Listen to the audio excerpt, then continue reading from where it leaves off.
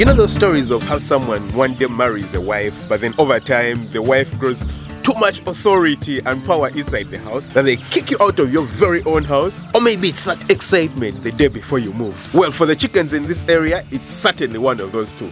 They're getting kicked out, or they need to feel excited that they are finally moving. You see, we had always used this place as a place for our free-range area. A wide area, constructed 2 chicken houses, one over here and another over there. Over time, we kept mainly our dual-purpose birds inside here and our local chickens.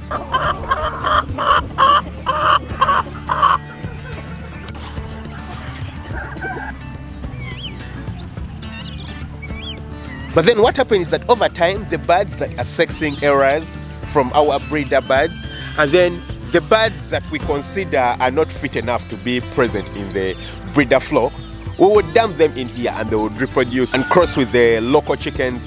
And of course, that has meant that over time, the population of the local chickens here has completely decreased to nothing. And then we've been left with mainly crossbreeds, and also a few of the birds that we do hatch ourselves, we decided to keep inside here. Just a few, really few. But then you know what happens? A few, slowly by slowly, builds up and they become many. So just like that, the birds have actually become many. That is one of the male breeders that has been crossing with the local chickens. And over here you can see the chickens I'm talking about. We'll try to move a little bit closer. The white ones are actually broilers, and the brown ones are layers, you know, real actual layers. Other ones are real actual broilers. Now we'll see that we actually do have way more. Take a look at all this. These are free-range chickens. Take a look at all of them, you know. They'll move around, feed on the grass. A lot of them just enjoy feeding on the grass. And then we'll also give them a bit of the commercial feed. So when we do collect feed from that we mix for our breeder chickens, what is left over or what is collected off the ground, you know, swept off the ground, because we can't give it to the breeder chickens, we come and put inside these feeders. You can see, we put it inside the feeders and then the birds will come and eat. It's not ideal for the breeder birds, but for these, it's totally fine. And you can see, we had our shed that used to be over here, it collapsed, but the watering line still works. You can see that we have water inside the drinker there, for example, and the bird is feeding. Over here, we even have a flock that's a bit older. It's not as young, it's actually older. So it's an older flock of layer birds. We'll have a few local chickens around. You can see the black chicken running away. And a bunny! Whoa! But that's our local chicken. One of our local chickens. And let's move a bit closer. Take a look at more of the local chickens. Right there. You can see that we have more local chickens in the distance. They are digging inside litter that we picked from one of the houses. And over there in the distance, you can see the guinea fowls. The guinea fowls are really shy. For some reason, they can never let a human being get close to them. Yeah. So anytime you get close, they'll move away. Now, a few weeks ago, maybe a few months ago, we got in some bunnies, that's rabbits, that we decided we wanted to free range inside this area. In the end, the goal had been that we wanted to have rabbits inside here. The chickens had their time here, but this wasn't an ideal place for them. We take caution, but there's never too much caution to be taken. You can always take more caution. In putting these chickens over here, despite the fact that it's quite far away from the rest of the breeder farm, we took quite some amount of caution in order to make sure that the risk of spread of diseases is as low as possible. Some of the things that we did was, number one, fenced the area, made sure that we have proper chain link fence and chicken mesh fence, that way nothing can go in or go out. Number two, the staff that works inside here, it's actually one individual. He only works here and nowhere else. No one else is allowed to enter inside here, apart from me, yeah, and maybe a few supervisors. And then particular precautions need to be gone through before you get inside here to make sure that the risk of carrying disease to another place is minimized. So for example, now that I've gotten in here, by no circumstances can I move to a breeder house today. You know, even after taking a shower or anything else, I just don't do that because the risk would be high.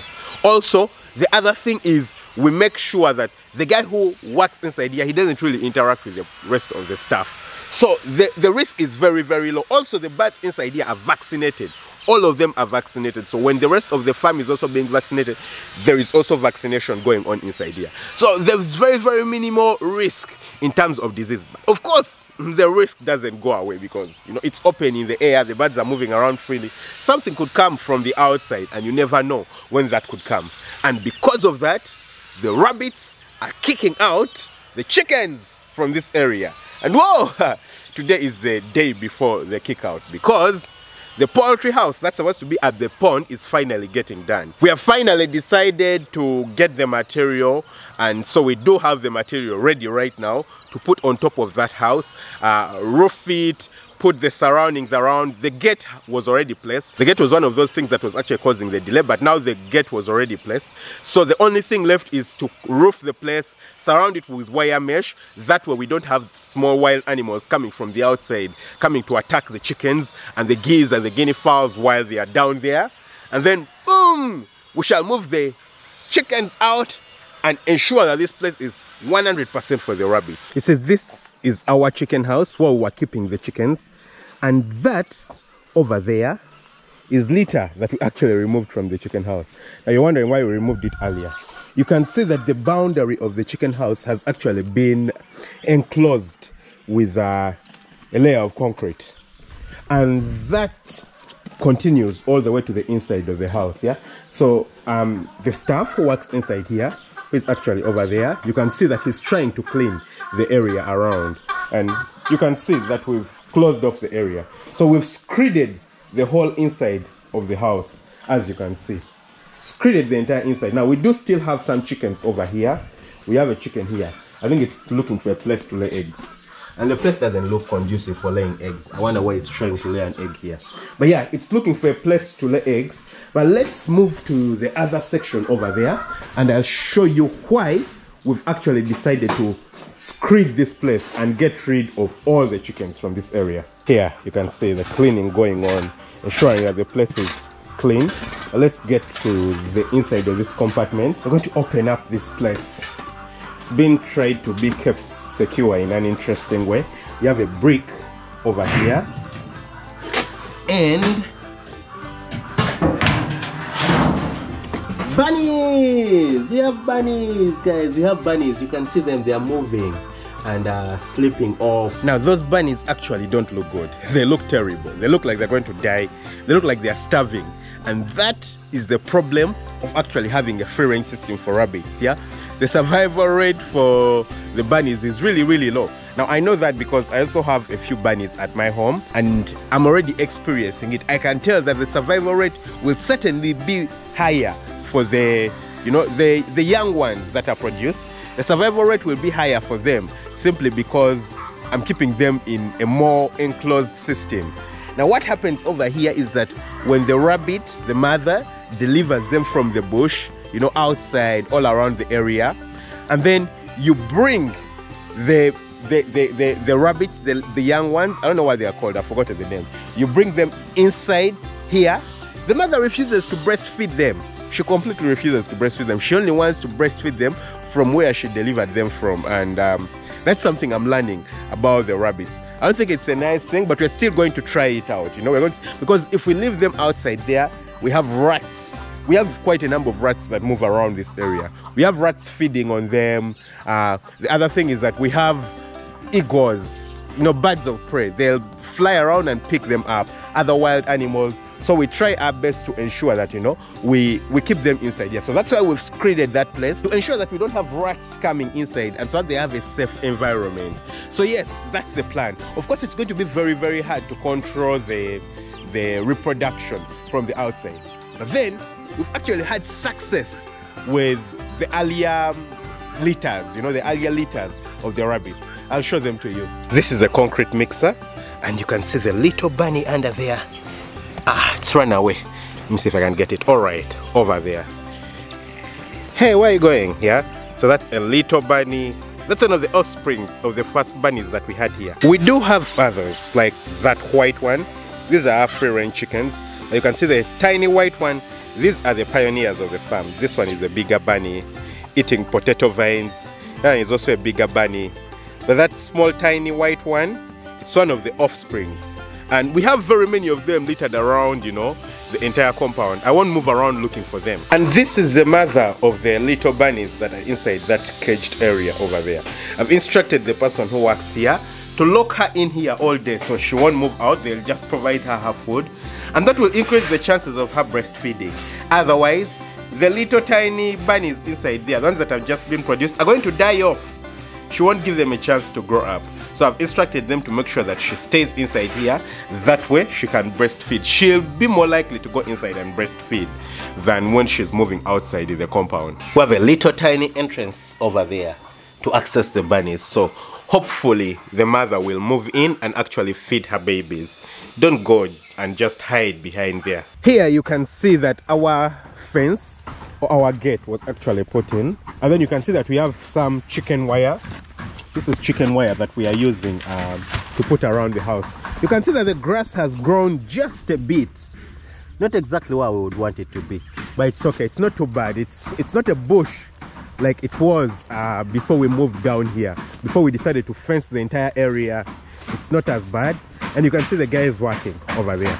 So they are roofing the area. Let's move just a bit closer.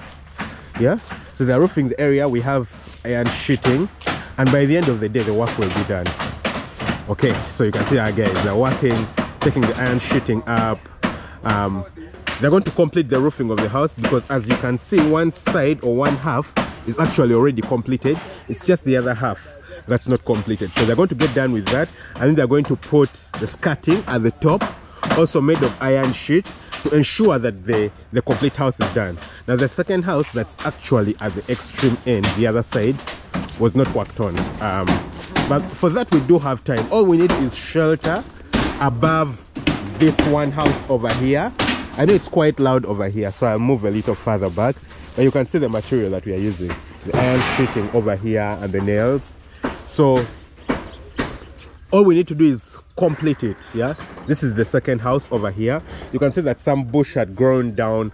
In the end, with time, we shall screed it. At the beginning, we're not going to screed it because they are free range chickens.